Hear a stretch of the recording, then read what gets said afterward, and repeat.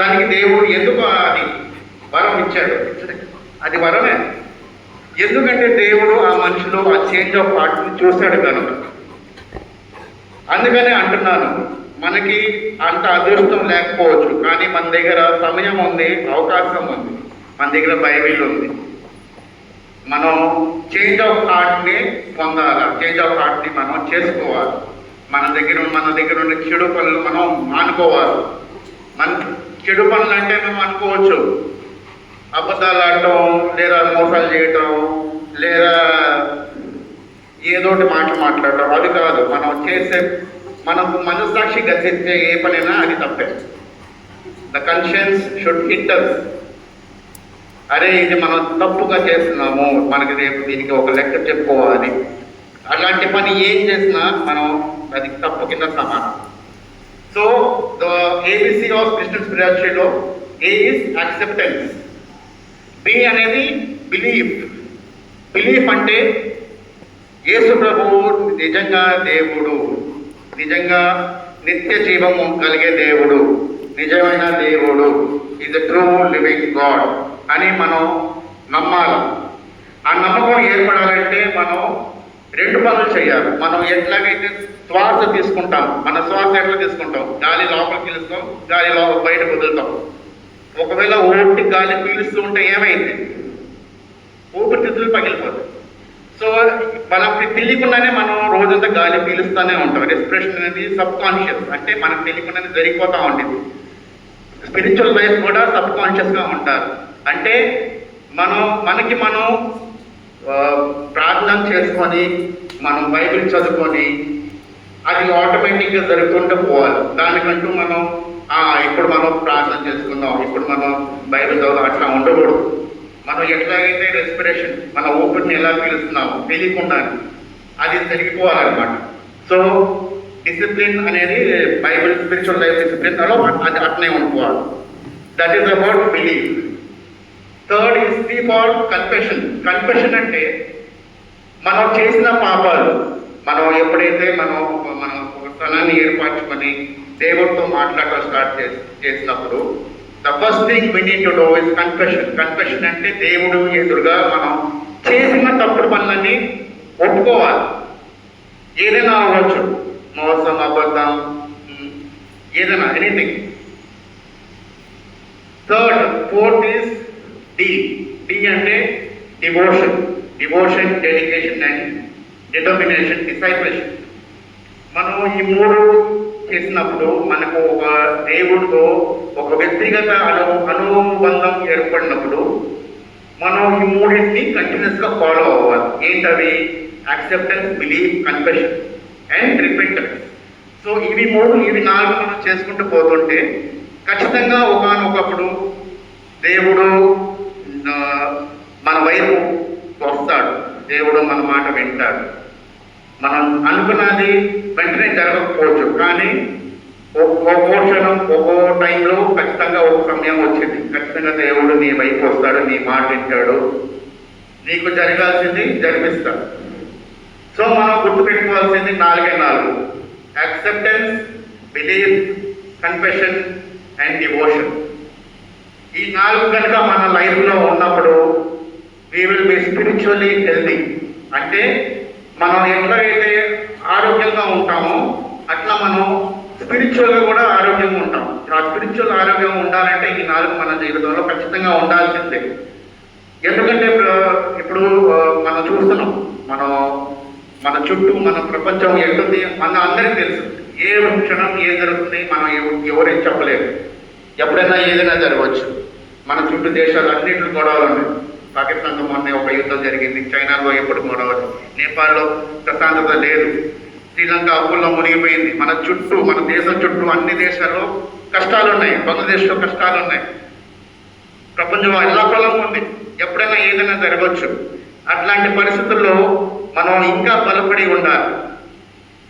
మనం చూస్తున్నాం, బైబిల్లో చూస్తున్నాం, చివరి దినాల్లో యుద్ధాలు జరుగుతాయి. ఒక దేశం ఇంకో దేశం మీద యుద్ధానికి వచ్చింది, భూకంపాలు వస్తాయి, ఎన్నెన్నో వస్తాయి, తప్పుడు ప్రవక్తలు వస్తారు, మనం ఇప్పుడు చూస్తుంటే ఎవరైతే సోషల్ మీడియాలో యాక్టివ్గా ఉన్నారో వాళ్ళకి అర్థమై తెలిసి ఉండొచ్చు. అబ్దుల్ హషీమ్ అని ఒక అతను ఉన్నాడు అమెరికాలో. తను ఏమంటాడంటే ఈ claims to be the profit.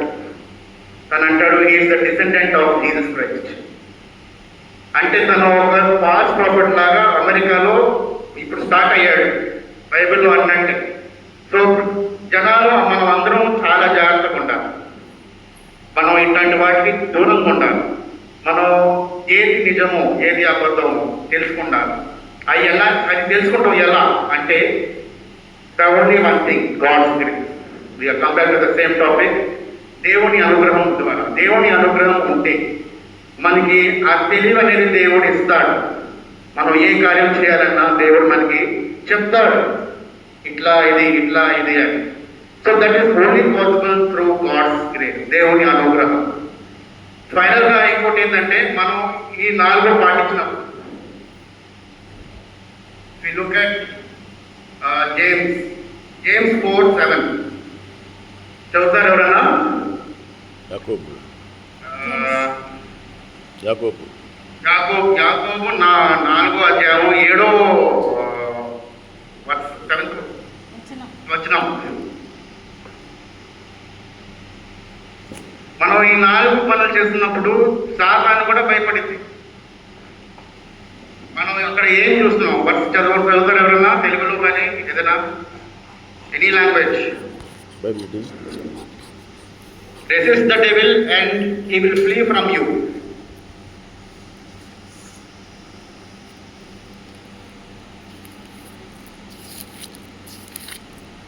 James chapter 4:7. కాబట్టి దేవునికి లోబడి ఉండి అపవాదిని ఎదిరించుడి, అప్పుడు వాడు మీ యొద్ద నుండి పారిపోవును. Resist the devil and he will flee from you. అంటే మనం పాత నిబంధనలు చూస్తాం కదా, చెడు స్నేహంతో ఉండకూడదు, చెడు సహవాసంలో ఉండకూడదు.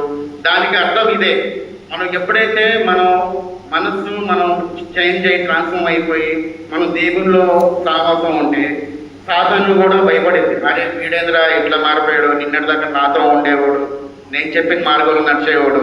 ఇప్పుడు దేవుడు ఎట్లయితే కాపరిగా ఉన్నాడో మంచోళ్ళకి, అంటే సాతాను కూడా కాపరిగా ఉన్నాడు చెడ్డోళ్ళకి. తనకు కూడా కాపరియే. తను కూడా అనుకుంటాడు నా శిష్యులు ఎక్కడికి పోకూడదు, నా శిష్యులు దేవుళ్ళు ఉండకూడదు. Next James 1:12. James chapter 1:12. శోధన సాయించేవాడు ధన్యుడు, అతడు శోధనకు నిలిచిన వాడే ప్రభు తను ప్రేమించే వారికి వాగ్దానం చేసిన జీవకిరీటం పొందును. Blessed is the one who endures temptation, for when he is approved, he will receive the crown of life from the Lord, who has promised to those who love him. ఎంత అద్భుతమైన వర్స్ ఇవి రెండు. దీనిలో ఏం చేస్తారంటే మనం ఎప్పుడైతే దేవుళ్ళో ఉంటామో అప్పుడు సాధన శోధన ఇంకా ఎక్కువ ఉండింది. ఇప్పుడు మనం ఫర్ ఎగ్జాంపుల్ ఏదన్నా పాపంలో ఉన్నాం, ఏదన్నా ఉండొచ్చు, వ్యభిచారం కానీ, దొంగతనం కానీ, చెడు వ్యసనాలు కానీ, అవి మనం మానుకోవాలనుకుంటాం. కానీ ఎప్పుడైతే మనం దేవుళ్ళు నడవటం మొదలు పెడతామో మనకప్పుడు అవి ఆ తలంపన ఎక్కువ ఉండింది. అరే ఈ రోజుకి తాగేద్దాం, ఈ రోజుకి అక్కడికి వెళ్దాం, రేపు మళ్ళీ క్షమాపణ అడుగుదాం, దేవుడు క్షమిస్తాడు కదా, మళ్ళీ క్షమాపణ అడుగుదాం, మళ్ళీ ప్రేయర్ చేద్దాం, మళ్ళీ మొదలు పెడతాం. అట్లా ఎన్నో అవకాశాలు మనం చెడగొట్టుకుంటాం. సో ఇర్మియాలో మనం చూసినట్టయితే, ఇర్మియాలో యూదాకి ఇజ్రాయెల్కి చెప్తాడు, నా దగ్గరికి రండి, come to me and be save. కానీ ఒక టైం ఫ్రేమ్ పెడతాడు. మనం అది గుర్తుపెట్టుకోవాలి. దేవుని కంపాషన్, దేవుని లవ్, దానికి ఒక టైం ఫ్రేమ్ ఉంది. దేవుడు పిలుస్తాడు, దేవుడితో మాట్లాడతాడు, అన్నిటికీ ఒక టైం ఫ్రేమ్ ఉంది. దేవుడు కనుక ఎదురు తిరిగాడంటే ఇంకా మనం ఎన్ని ప్రేయర్లు చేసినా, ఎన్ని బైబిల్ చదివినా, ఎన్ని చేసినా వేస్ట్, మనకి ఏం చేయలేం. సో అందరం మనకుండే సమయంలో మన సమయంని దుర్వినియోగం చేసుకోకుండా మనం ఈరోజు నేర్చుకున్న మాటల్ని మన జీవితాల్లో మనం నిర్వహించామంటే నిజంగా మనం దేవుని అనుగ్రహం పొందుతాం. నేను చిన్న సాక్ష్యంతో ముగిస్తాను. నేను నా జీవితంలో లాస్ట్ ఇయర్ పోయిన సంవత్సరం నేను దేవుని పవర్, స్పిరిచువల్ దేవుడి పవర్ ఎట్లా ఉండింది నేను ఎక్స్పీరియన్స్ అనుభవించాను నా లైఫ్లో. నేను హైదరాబాద్లో పనిచేసేటప్పుడు, నేను వేరే కంపెనీలో ఉన్నప్పుడు బాగా పనిచేస్తున్నా, అంతా అయిపోయింది. మనం ఏమనుకుంటాం, మనం బాగా పనిచేస్తున్నాం, మనం ఒక కంపెనీ, ఒక ఆర్గనైజేషన్లో కొంత సమయం పనిచేశాక మనం అనుకుంటాం మనం ముందడుగు వేయాలి. మనం చెప్పే ముందు మనం పైన వాళ్ళే చెప్తారు వీడికి ప్రమోషన్ ఇవ్వాలి. సో మనం అట్లా అనుకొని మనం పనిచేస్తుండగా అది మనం అనుకుంటాం, కానీ పై వాళ్ళు మన గురించి అట్లా అనుకోరు. ఎన్నో రాజకీయాలు ఉంటాయి, ఒక ఉద్యోగం పనిచేసేటప్పుడు ఎన్నో రాజకీయాలు ఉంటాయి, కొంతమంది ఏదో అంటారు. సో నాకు జనవరి సంక్రాంతి అయ్యాక మీటింగ్ జరిగినప్పుడు మా మేనేజర్ ఫారినర్ జర్మనీలో ఉండింది. తను నాకు మీటింగ్లో నేనేమంటున్నా అంటే, సరే ఈ మీటింగ్ పెట్టింది కదా, నేను అడుగుతాను, నేను ఇంత పని చేశాను, ఇన్ని సంవత్సరాలు ఉన్నాను, ఖచ్చితంగా నాకు ఒక ప్రమోషన్ వచ్చిద్దేమో లేదా జీతం పెరిగిద్దేమో నేను అనుకుంటే, తనకు మీటింగ్లో మొదటి మాట, నువ్వు ఇక్కడ ఇంత జీతం తీసుకుంటున్నావు, నువ్వు ఈ జీతం తీసుకుంటున్నానికి నువ్వు ఏం చేస్తున్నావు, please justify the salary that your getting. అదే ఒక మాట అడిగింది. అంటే ఏంటంటే, నువ్వు ఇంత జీతం నీకు నెలకి ఈ కంపెనీ వాళ్ళు ఇస్తున్నారు, ఆ జీతానికి నువ్వు చేసిన పనికి అసలు సంబంధం ఉందా, ఉంటే నువ్వు నాకు ఎక్స్ప్లెయిన్ చేయి, నీకు 3 నెలలు గడువు ఇస్తుంది అని చెప్పింది. ఆ మాట అన్నాక నాకు ఏం చేయాలో అర్థం కాదు.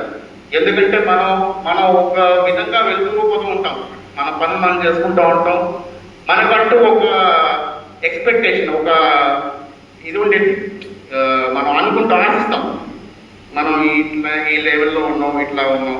సో తను అట్లా అనేసరికి నాకు చాలా బాధపడాను. ఇంత పని చేశాక కూడా, ఇంత అనుభవం పెట్టినా కూడా వీళ్ళు ఇట్లా అంటున్నారంటే ఇంకా దానికి ఇక్కడ పనిచేయడం అనవసరం. చాలా మంది స్నేహితులతో అడిగాను, చాలా మంది కొలీగ్స్ ఉన్నారు, చాలా మంది స్నేహితులతో అడిగితే వెంటనే రిజైన్ చేయి, వెంటనే 1 నిమిషం కూడా ఆగవద్దు ఆ కంపెనీలో, అందరూ అదే మాట అన్నారు.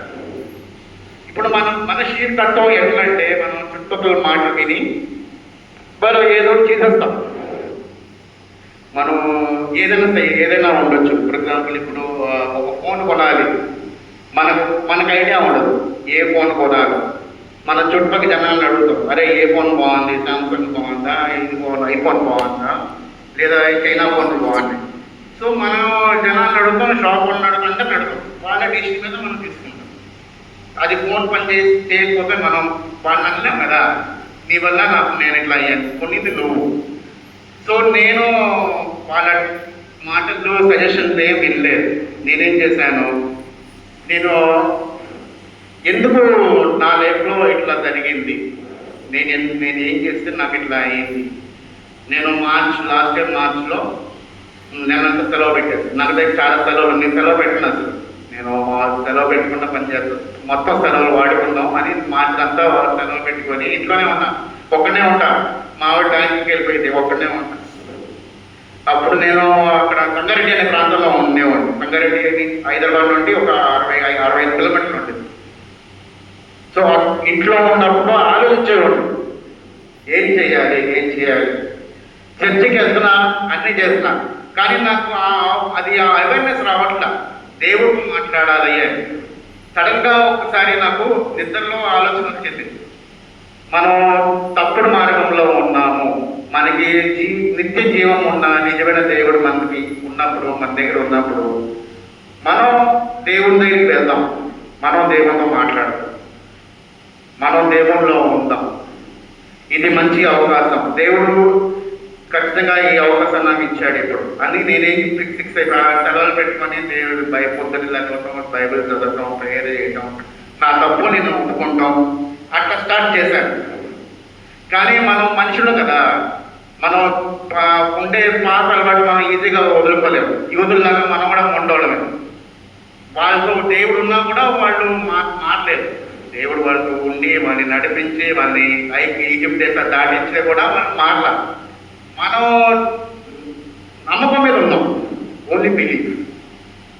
సో ఫెయిల్ అవుతానే ఉన్నాం, మళ్ళీ కన్ఫ్యూస్ అయ్యి, మళ్ళీ ప్రేయర్ అయ్యి, మళ్ళీ ఫెయిల్ అయ్యి, ఎన్నోసార్లు జరిగాయి. కానీ అట్లానే ఇంకా వాళ్ళు ఆఫీస్ నుంచి ఒకటి వచ్చింది, మెయిల్ వచ్చింది, ఇట్లా నువ్వు ఆఫీస్కి రావాలి, 2 రోజులు రావాలా.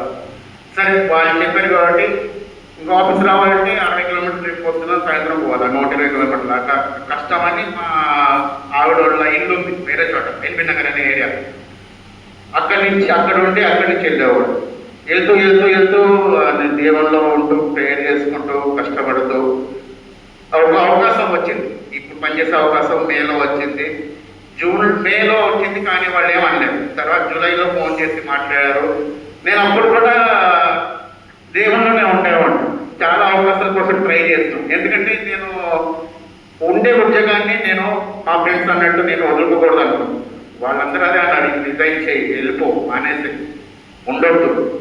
వాళ్ళు చేయన్నారు, అదన్నారు, ఇదన్నారు, పని ఇవ్వట్లేదు, ఖాళీగా ఉంచుతున్నారు. అయినా కూడా నువ్వు అట్లా పడవద్దు, నువ్వు ఒక డాక్టర్వి, నీకంటూ ఒక సెల్ఫ్ రెస్పెక్ట్ ఉండాలి, నువ్వు వెళ్ళిపో. కానీ మన జీవితంలో మనకి ఎన్ని బాధ్యతలు ఉన్నాయి, మన జీవితంలో మనం ఎంతమందికి సమాధానం ఇచ్చుకోవాలి, అవన్నీ మనకే తెలుసు. మనం ఎన్ని పాపాలు చేస్తాం మనకే తెలిసినట్టు మన జీవితంలో మనకి ఎన్ని బాధ్యతలు ఉన్నాయి మనకు తప్ప ఎవరికి తెలియదు. సో ఆ బాధ్యతలన్నీ నిర్వహించాలంటే మనకంటూ ఒక ఇన్కమ్ ఉండాలి. నేను అట్లా ఆలోచించి దేవుళ్ళలో ఉండి దేవుడు నన్ను నడిపించాడు. నాకు ఈ అవకాశం వచ్చింది ఈ కంపెనీలో. ఇది రాగానే నేను పెట్టేశాను. కానీ ఆ టైంలో నేను చాలా తెలుసుకున్నాను. ఎవరితో సంబంధం లేకుండా ఒక రూమ్లో ఉండి బైబిల్ చదువుకుంటూ ప్రేయర్ చేసుకుంటూ దొరికిన టైం అంతా అంటే చేసేవాడిని. నేను ఎక్స్పెక్ట్ చేశాను ఈ దేవుడు మన మాట వెంటనే వింటూ. అది జరగదు, కొంతమందికి జరగచ్చు, అందరికీ జరగదు. కానీ ఖచ్చితంగా ఒకనొకప్పుడు ఖచ్చితంగా జరిగింది. అది చివరికి జరిగింది. మేలో కాల్ వస్తే సెప్టెంబర్లో ఫైనల్ అయింది. 5 నెలలు నేను వెయిట్ చేశాను. సెప్టెంబర్లో ఫైనల్ వచ్చినాక వదిలేశాను. ఈ సమయంలో మా మేనేజర్ ఎవరైతే నన్ను అట్లా మాట్లాడిందో తనకి క్యాన్సర్ వచ్చి తను అడ్డపడింది. తలలో క్యాన్సర్ వచ్చింది, బ్రెస్ట్ క్యాన్సర్, రొమ్ము క్యాన్సర్ వచ్చింది.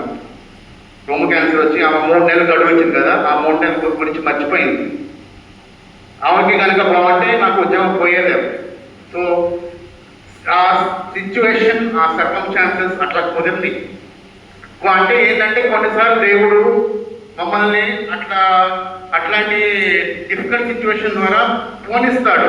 ఎందుకంటే నెక్స్ట్ మనం కనుక అది తట్టుకుంటే మనం కనుక అది తట్టుకుని మనం ఎండ్యూర్ చేస్తే ఈ promise the crown of life. మనం ఇందాక కదా జేమ్స్ 1లో, if you endure the temptation, if you endure the toughness, the difficulties, definitely God will crown you with the crown of life. So మనం ఏం చేయాలి? ఇందా మాట్లాడినట్టు ABCD ఎవరైనా చెప్తుంటారా? What is the ABCD of spiritual Christian life? Acceptance, believing, confession, determination, devotion. So ఇవి మనం కనుక మన లైఫ్లో అప్లై చేసుకొని, if we correct hour cells, if we change our cells, there will come a day when we will stay strong in the judgement of our God. దీంతో నేను ముగిస్తున్నాను. Thank you.